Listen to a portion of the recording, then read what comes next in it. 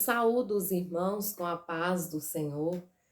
Aqui estamos para mais uma pré-aula desta revista, deste trimestre, que tem por título Doutrinas da Nossa Fé, com o subtítulo Conhecendo as Principais Doutrinas Bíblicas, revista esta comentada pelo pastor Jean. Que Deus abençoe ricamente a vida dele e continue dando essa graça e essa sabedoria. Desde já também quero agradecer aos nossos pastores que têm nos confiado esta missão de aqui estar falando um pouco sobre esta lição. Agradeço também aos irmãos, comentaristas, como eu já mencionei, o pastor Jean, também o pastor Gilvão, o professor Lorival. Que Deus abençoe também a vida dos irmãos que fazem a leitura diária e que Deus continue abençoando a vida de cada um de vocês que tem nos acompanhado. Que Deus continue abençoando, usando, dando graça, sabedoria também aos nossos professores de escola dominical. Espero que esta pré-aula ela possa ir de encontro e contribuir com cada professor que vai estar aí nos assistindo. A lição é a lição de número 4, do dia 26 de janeiro de 2025, que tem por título Doutrina sobre o Espírito Santo. O texto áureo diz assim: E eu rogarei ao Pai, e ele vos dará outro consolador para que fique convosco para sempre. Está em João 14:16. Verdade prática. O Espírito Santo tem pessoalidade. Ele é uma pessoa da Santíssima Trindade. Ele também consola, intercede e tem sentimento. Aí nós temos aí a leitura bíblica em classe. Está no livro de João 14, os versículos 16 e 17. Depois nós temos no mesmo livro, capítulo 15, versículo 26. E nós temos aí o capítulo 16, com o versículo 13. Diz assim: E eu rogarei ao Pai, e ele vos dará outro consolador, para que fique convosco para sempre. O Espírito de verdade que o mundo não pode receber, porque não o vê nem o conhece. Mas vós o conheceis, porque habita convosco e estará em vós. Mas quando vier o Consolador, que eu da parte do Pai vos hei de enviar, aquele Espírito de verdade que procede do Pai, ele testificará de mim. Mas quando vier aquele Espírito de verdade, ele vos guiará em toda a verdade, porque não falará de si mesmo, mas dirá tudo o que tiver ouvido e vos anunciará o que há de vir. O objetivo geral desta lição é mostrar as características e os atributos do Espírito Santo.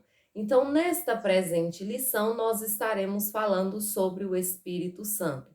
A lição de número 2, nós falamos sobre a doutrina de Deus, o nosso foco foi o Pai. Na lição de número 3, o nosso foco foi o Filho, o Senhor Jesus Cristo. E nesta lição de número 4, o nosso foco será o Espírito Santo de Deus. Os objetivos específicos. O tópico 1, ele tem por objetivo declarar as características divinas do Espírito Santo. Então, nós estaremos falando das características divinas, da divindade do Espírito Santo. No tópico 2, analisar as características do Espírito Santo como pessoa, no sentido de pessoa da Trindade. No tópico 3, nós definiremos os atributos divinos do Espírito Santo.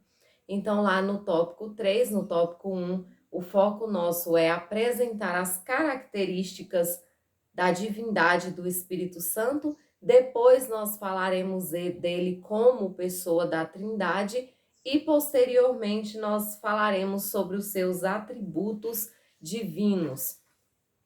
Nós temos então uma lição que vai trazer para nós a terceira pessoa da Trindade, que é o Espírito Santo. E nós vamos estar analisando alguns pontos, falando sobre alguns pontos e trazendo à luz algumas coisas que são importantes e que eu acredito que vão contribuir com o ensino, né, da escola bíblica dominical de cada um dos irmãos que estão nos acompanhando. Na introdução, eu quero ler toda a introdução, ela diz assim: nesta lição, estudaremos sobre a pessoa do Espírito Santo, sua característica divina, pessoalidade e atributos como Deus. Aqui o nosso pastor, né, o comentarista, ele já separou aí os 3 tópicos, né? No primeiro são as características, o segundo é a sua pessoalidade e o terceiro são seus atributos. Falaremos do desenvolvimento da igreja, que é o corpo de Cristo, pelo poder do Espírito Santo. Ele foi enviado pelo Pai a pedido do Filho para consolar, salvar, convencer, exortar, edificar e dar dons à igreja. Mas ele também é sensível e se entristece. Portanto, tenhamos cuidado para não o entristecer, pois estamos selados com ele para o dia da nossa redenção. Então, meus amados irmãos, nós estaremos estudando e falando sobre esses atributos relacionados ao Espírito Santo, sobre as suas características, sobre a sua pessoalidade. Nós já estudamos desde lá do início, né, na questão de falar sobre a doutrina de Deus, depois na doutrina de Jesus Cristo. Algumas coisas elas vão se repetir, porque nós estaremos falando também de um Deus triuno, nós estaremos falando da Trindade. Então, algumas características elas vão se repetir e falaremos novamente sobre elas. Então, na questão do tópico 1, ele fala para nós, o título do tópico 1 é característica divina do Espírito Santo. A primeira característica que é colocada para nós no item 1 é a deidade. A deidade seria um sinônimo para a palavra divindade, ou seja, nós estudaremos nesse tópico, neste item, a questão da divindade do Espírito Santo. Aqui nós temos quando a gente volta lá no texto da leitura bíblica em classe, nós temos quando Jesus diz: "E eu rogarei ao Pai, e ele vos dará outro consolador para que fique convosco para sempre." É muito interessante a existência dessa palavra outro pronunciada por Jesus Cristo, porque o que nós temos aqui é Jesus poderia ter dito: "E eu vou pedir ao Pai, né? Vou rogar ao Pai que envie alguém que será o consolador de vocês", mas ele está dizendo outro consolador. Ou seja, que Jesus estava mostrando que na sua essência o Espírito Santo era semelhante a ele. Aqui a palavra outro, quando ela está empregada nesta passagem, ela significa que nós teríamos alguém da mesma espécie, da mesma qualidade, da mesma natureza que o Senhor Jesus Cristo. O Espírito Santo, portanto, é alguém da mesma natureza, né? Alguém como Jesus, da mesma substância, glória e poder. Então, neste versículo aqui, nós já temos uma visão da natureza do Espírito Santo e um pouco das suas características divinas. Porque Jesus está dizendo: "Vou rogar ao Pai para que ele envie outro consolador." Então ele está dizendo: "Eu sou o consolador de vocês enquanto eu estou aqui na terra."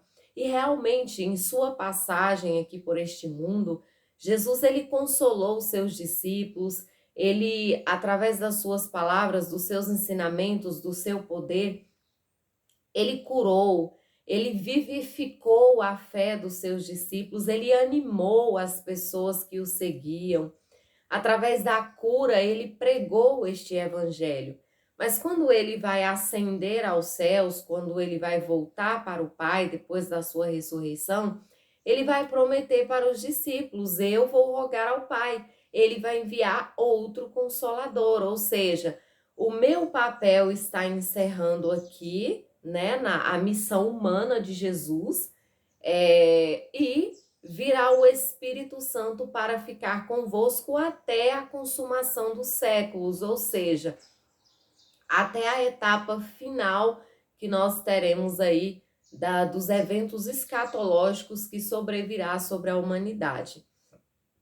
Então, quando nós falamos na deidade do Espírito Santo, nós temos aí essa questão de que o Espírito Santo, ele é o único que pode substituir a Cristo pelo fato de serem idênticos em tudo. Ou seja, essa afirmação de outro empregada neste versículo vai mostrar para nós que o Espírito Santo tem as mesmas características, que ele possui semelhança, ele é da mesma natureza que o Senhor Jesus Cristo. Nós temos aí durante a lição muitas referências. Eu vou estar lendo apenas algumas delas para que o vídeo não fique muito extenso.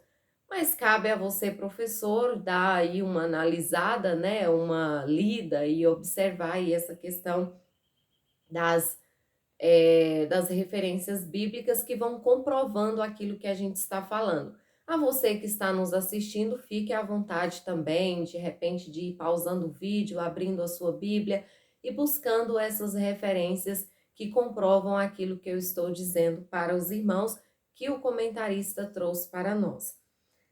No item 2, ainda do tópico 1, nós falaremos sobre a Trindade. Já falamos sobre a Trindade, né? Eu digo já falamos, ou seja, já estudamos sobre a Trindade na lição que falava sobre Deus e na passada agora que falamos sobre Jesus Cristo.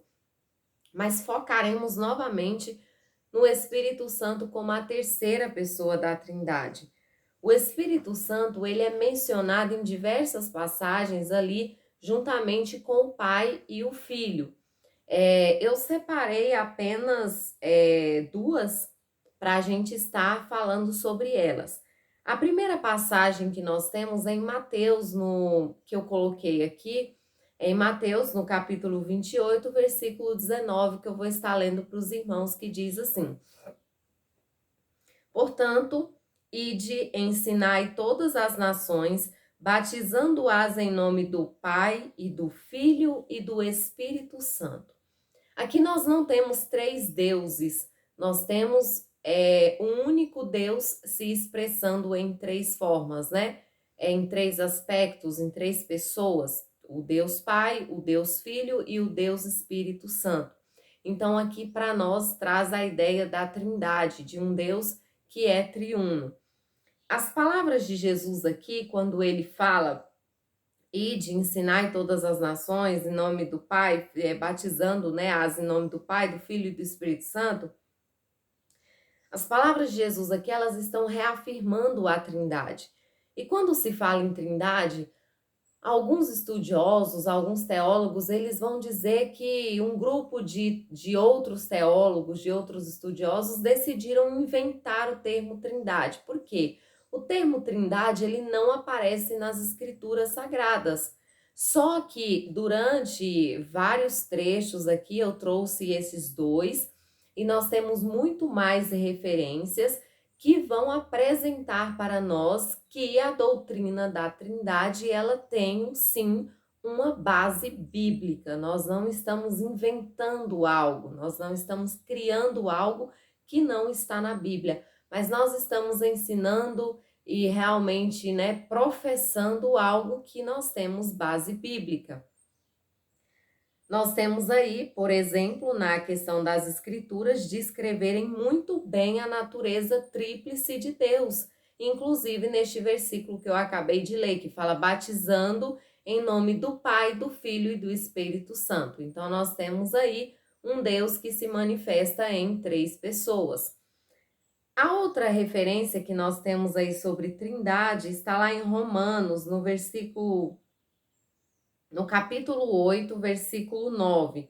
Vai falar sobre a habitação do Espírito Santo na vida do crente e diz assim: Vós, porém, não estáis na carne, mas no Espírito, se é que o Espírito de Deus habita em vós. Mas se alguém não tem o Espírito de Cristo, esse tal não é dele. Os irmãos podem observar que em um único versículo nós temos a questão de estar no Espírito, ao invés de estar na carne. Nós temos a questão de que o escritor sagrado, ele fala sobre o Espírito de Deus e depois ele fala Espírito de Cristo. Então, em um mesmo versículo, nós temos a presença aí da Trindade, o Pai, o Filho e o Espírito Santo. E aí se fala da habitação na vida do crente. Se nós não temos o Espírito Santo de Deus habitando em nossas vidas, nós não, vamos dizer assim, né? Nós não pertencemos ao Senhor Jesus Cristo, nós não aceitamos ao Senhor Jesus Cristo, nós não estamos na presença do Senhor. É necessário que o Espírito Santo venha habitar em nossas vidas, venha habitar em nosso interior. Então, quando nós falamos sobre a Trindade, nós temos aí essas duas referências que estariam comprovando a questão de que o Espírito Santo é a terceira pessoa da Trindade. Nós temos aí, na questão aí, nós temos no próximo, passando aí, nós temos os três no plano da criação e redenção. O item 3 vai falar sobre Deus Pai, Deus Filho e Espírito Santo no plano da criação e redenção. Aqui nós vemos que o comentarista colocou para nós que Deus, o Pai, ele arquitetou. O que é arquitetar? Qual a função, por exemplo, hoje de um arquiteto? Ele vai fazer um projeto, ele vai fazer ali como se fosse um esboço, por exemplo, daquela casa que será construída, ali tudo organizado para que nada venha, para que não venha acontecer, por exemplo, um desmoronamento depois, para que não venha acontecer um problema depois. Então aqui Deus, ele atuou como arquiteto na criação, na fundação do mundo. Ou seja, ele projetou. Jesus, o Deus Filho, ele trouxe à existência o plano da criação, executando o projeto do Pai. E nós temos referências aí, os irmãos podem observar. Na sequência, nós temos o Espírito Santo que deu o sopro de vida, que deu a vida. Então, nós temos aqui os três em conjunto no propósito da criação. O que traz para nós mais uma vez, inclusive eu estive ensinando ontem na minha congregação a lição de número 3 sobre Jesus Cristo e eu falava sobre isso, que Jesus Cristo, ele existe, e aqui eu trago também à luz a questão do Espírito Santo, desde antes da fundação do mundo.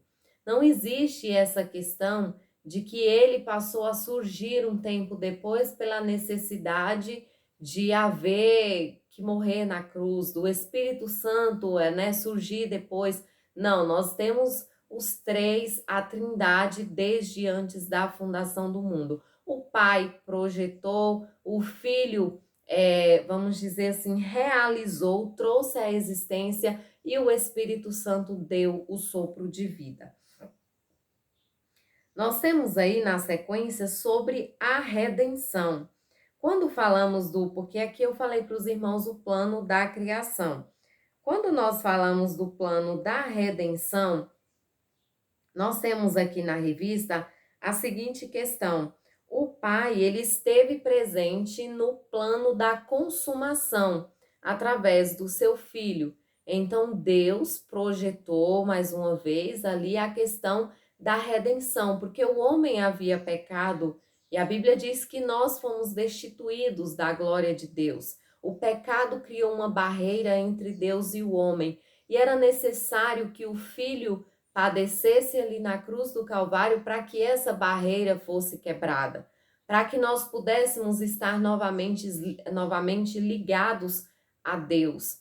Então o Pai, ele, vamos dizer assim, aqui ele traz, o Pai esteve presente na consumação do plano da redenção. O Pai projetou, o Filho, ele veio pessoalmente a este mundo para realizar o plano da redenção. Trago mais uma vez uma questão que eu falei no ensinamento ontem para os irmãos, quando, no domingo, e quando eu falava para os irmãos que um certo pregador, ele dizia que a maior, digamos assim, o que aconteceu de maior, o maior acontecimento da humanidade não foi o homem subir e pisar na lua, chegar à lua, mas foi Deus descer e pisar na terra, através do seu Filho Jesus Cristo. Então o Pai projetou, o Filho veio pessoalmente a este mundo para que ele pudesse remir os nossos pecados, e o Espírito Santo opera no homem o plano da redenção. Quem hoje convence o homem do pecado? Quando você às vezes dirige um culto e tem pessoas que não são protestantes, que estão ali e elas ouvem um hino, né? E elas escutam ali a mensagem, depois elas falam: eu senti Deus falar comigo, eu senti algo diferente quando aquela pessoa cantava, eu senti algo que eu não consigo explicar. É o Espírito Santo trabalhando, porque é ele quem convence o homem do pecado. É ele quem trabalha no coração do homem. É claro que é necessário que nós venhamos dar lugar em nossas vidas para que o Espírito Santo possa trabalhar. Mas é através do Espírito Santo que nós estamos recebendo essa direção espiritual para permanecer, para estar nos caminhos do Senhor. Então, quando nós falamos do plano da criação e da redenção, os irmãos podem observar que as três pessoas ali da Trindade, elas trabalham em conjunto. E aqui nós não estamos para dizer que alguém tem um trabalho mais importante do que o outro, não. Os três trabalham em conjunto. A Trindade está trabalhando em conjunto para que nós possamos ser redimidos dos nossos pecados. O tópico 2, nós estaremos falando sobre a característica da pessoa do Espírito Santo. Aí nós temos aqui, primeiro, ele é sensível. Lá em Efésios, no capítulo 4, versículo 30, diz assim: e não entristeçais o Espírito Santo de Deus, no qual estáis selados para o dia da redenção. Isso aqui mostra, comprova mais uma vez que o Espírito Santo ele é da mesma essência do Senhor Jesus Cristo. Porque Jesus, ele, por exemplo, nós temos na passagem que Jesus se entristeceu e ele chorou por causa de Jerusalém. Nós temos até um hino, né, da harpa cristã que traz essa questão aí de Jesus, né, olhando ali para Jerusalém, para aquele povo tão distante, para aquele povo, né, que não recebeu, mas que ele chorou naquele momento por conta do distanciamento, por conta da rejeição ali daquela nação. E aí nós temos aqui o Espírito Santo, a Bíblia nos afirmando que ele pode sentir tristeza, nós não devemos entristecer o Espírito Santo. O que acontece?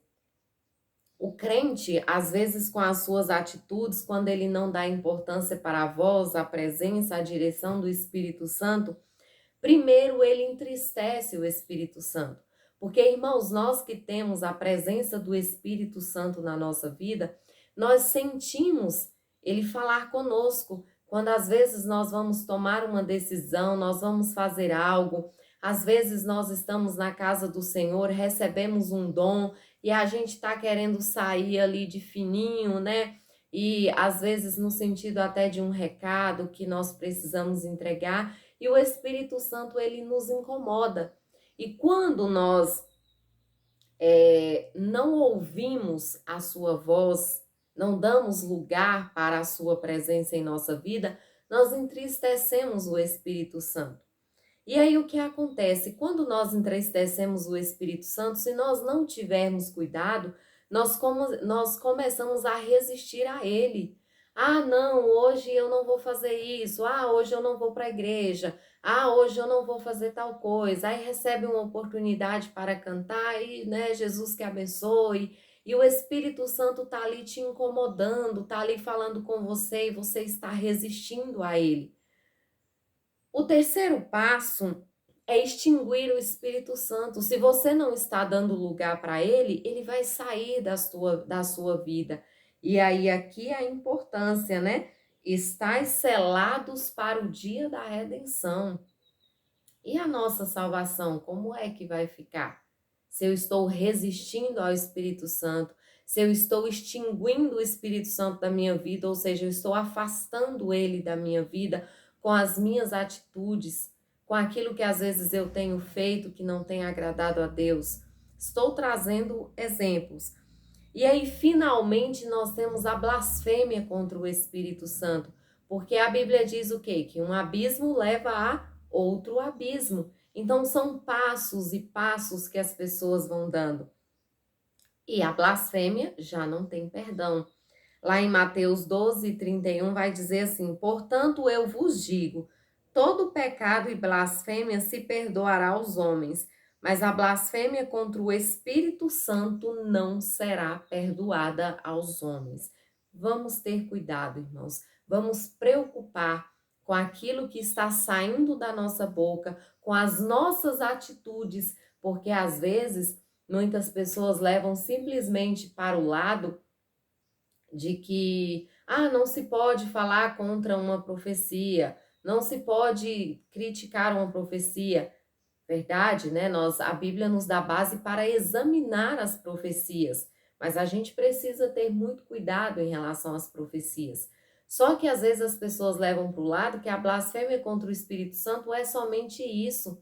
Irmãos, as escrituras sagradas, mais à frente nós falaremos, elas foram inspiradas pelo Espírito Santo de Deus.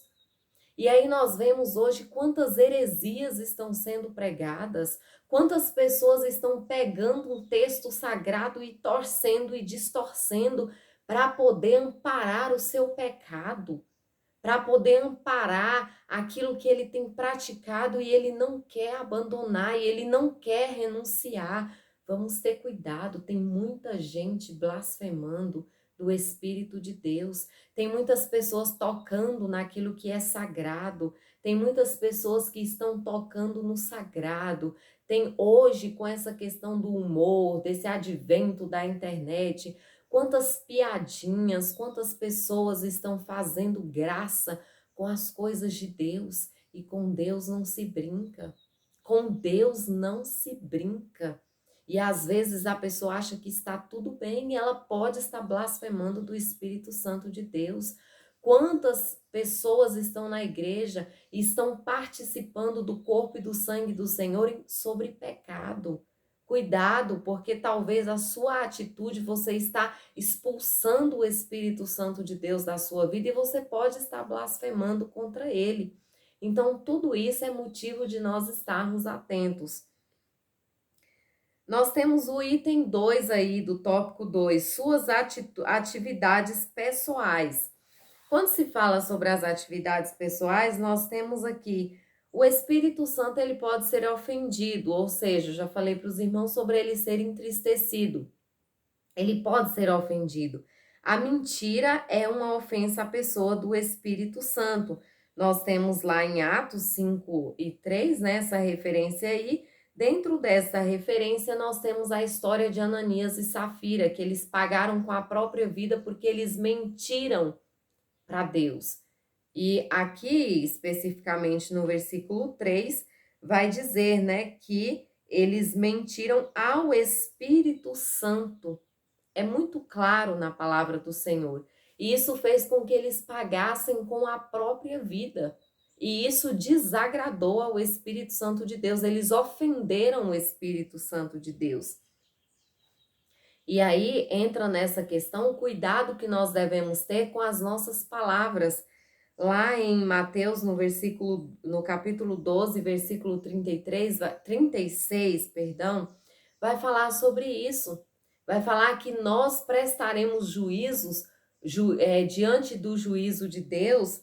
Nós estaremos, Jesus ele começa falando da árvore e dos seus frutos, né? E na sequência ele fala que toda palavra ociosa, ou seja, toda palavra mal falada, toda palavra que não, às vezes, não deveria estar sendo proferida, ela entrará em juízo. As pessoas vão comparecer diante de Deus e entrarão em juízo por conta de palavras, porque hoje, às vezes, muitas pessoas, muitos crentes têm tocado onde e em quem eles não deveriam tocar, e isso traz sérias consequências para o ser humano. Passamos então para o tópico 3, em que nós vamos falar sobre os atributos divinos do Espírito Santo. Nós temos aí, em relação a isto, nós temos a sua onipotência. Já estudamos sobre esses atributos, que é a onipotência, onisciência e onipresença, nas duas lições anteriores, falamos um pouquinho. E aqui nós recapitularemos essa questão. Nós temos aí a onipotência, o Espírito Santo, ele tem total poder sobre todas as coisas. Hoje as curas que nós presenciamos, quando Deus cura alguém, quando nós vimos os prodígios, né, no meio da igreja, a questão de falar em línguas, a questão de quando novos crentes, né, estão ali se convertendo, ingressando nessa carreira, tudo isso é ação pelo poder do Espírito Santo na vida das pessoas. A questão dos milagres, né, da cura dos enfermos, a pregação do evangelho, tudo isso nós temos aí a operação do poder do Espírito Santo.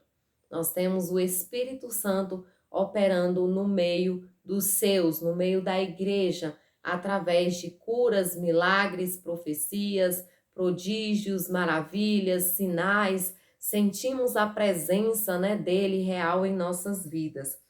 Quando falamos da onisciência do Espírito Santo, estamos falando de alguém que tem conhecimento sobre todas as coisas.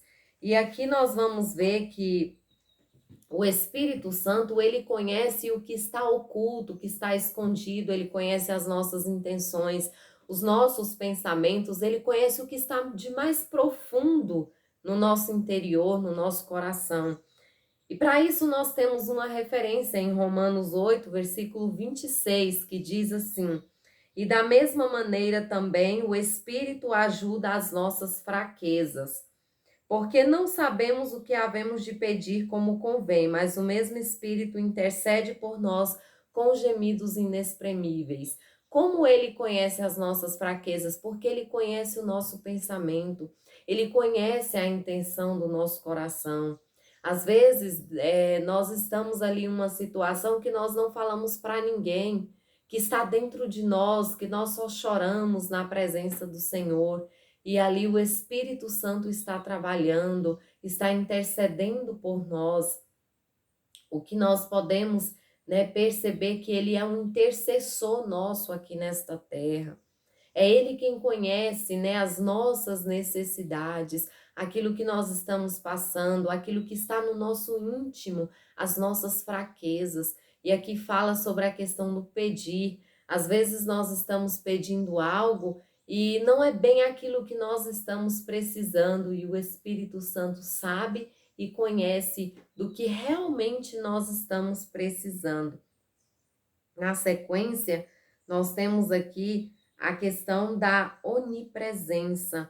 Quando nós falamos, voltando um pouquinho aqui, que eu me lembrei, na onisciência do Espírito Santo, nós temos a questão do poder do Espírito Santo através da sua onisciência em revelar até as coisas futuras aos homens.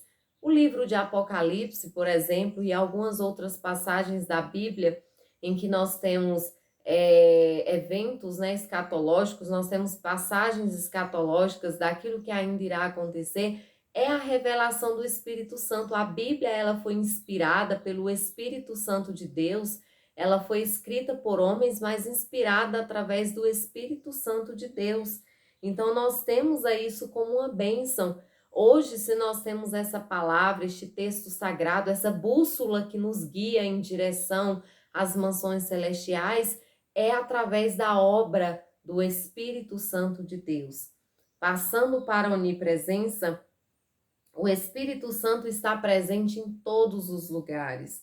Por mais que o homem queira se esconder dele, mas a Bíblia diz o quê? Que os meus olhos estão como chamas de fogo, contemplando essa questão aqui, por mais que às vezes talvez apareça ali na menção relacionada a Deus, mas aqui nós temos a questão da Trindade. da unicidade, né, do Deus Pai, o Deus Filho, o Deus Espírito Santo trabalhando. Ele está contemplando todas as coisas, ele sabe qual é os nossos pensamentos, a intenção do nosso coração. Dos olhos de Deus ninguém se perde, porque o olhar de Deus penetra sobre todos e todas as coisas. O Espírito Santo, ele está contemplando a todos nós.